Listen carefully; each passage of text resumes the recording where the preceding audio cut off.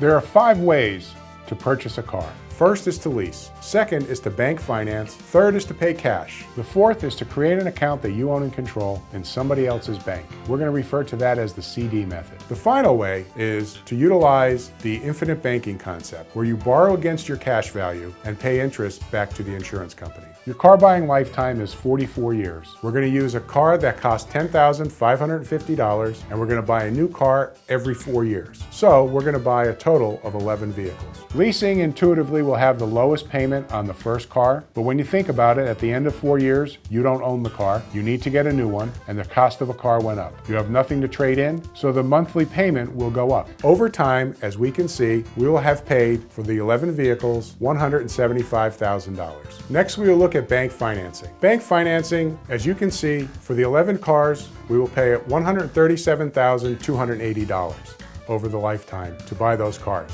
But again, intuitively, we know that at the end of 4 years, we own the car and the cost of a new car will have increased. Usually the equity we have in the car offsets the increase in price. So consequently, we're always financing $10,550. Now we will look at paying cash. If you buy a new car every 4 years, trade in the old car against the new one, your constant cost will be $10,550. At the end of 44 years, you will have paid $116,050. Well, leasing, bank financing, and paying cash represents 90% of what America does. If, however, we were able to create an account that we controlled, maybe a CD account or a bank account that was bearing a fair amount of interest, we can take money out of that account and pay back at the same rate that we would have bank financed in the second example. And if we did that, we would have $258,927 at the end of 44 years. I ask you, which method do you think is best? Leasing, bank financing, and paying cash ended up with you transferring money away from you to the tune of over $100,000.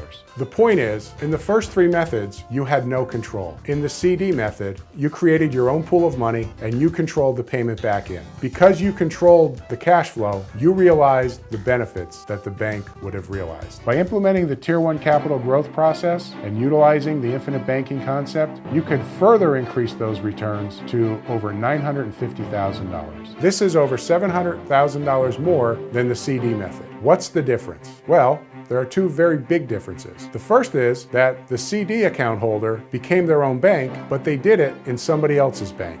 They created a CD account in somebody else's bank. They were just the depositor at that bank. The depositor realizes no profits when the bank earns a profit. The second reason is that the CD method is a taxable account. You get a 1099 from the bank every year for the interest earned on that CD account. In the infinite banking concept, if you purchase a policy with a mutual insurance company, you are the owner of that company as it relates to that policy. Consequently, when profits are paid through the form of dividends, those dividends are paid to you on a pro rata basis. The second reason is that the infinite banking concept is a tax-efficient method, and in so doing, the growth of your cash value is done on a tax-deferred basis. So the $700,000 difference is very easily explained. It's the profits that the shareholders in the bank would have earned had those profits been distributed on a tax-deferred basis. That's the power of the infinite banking concept.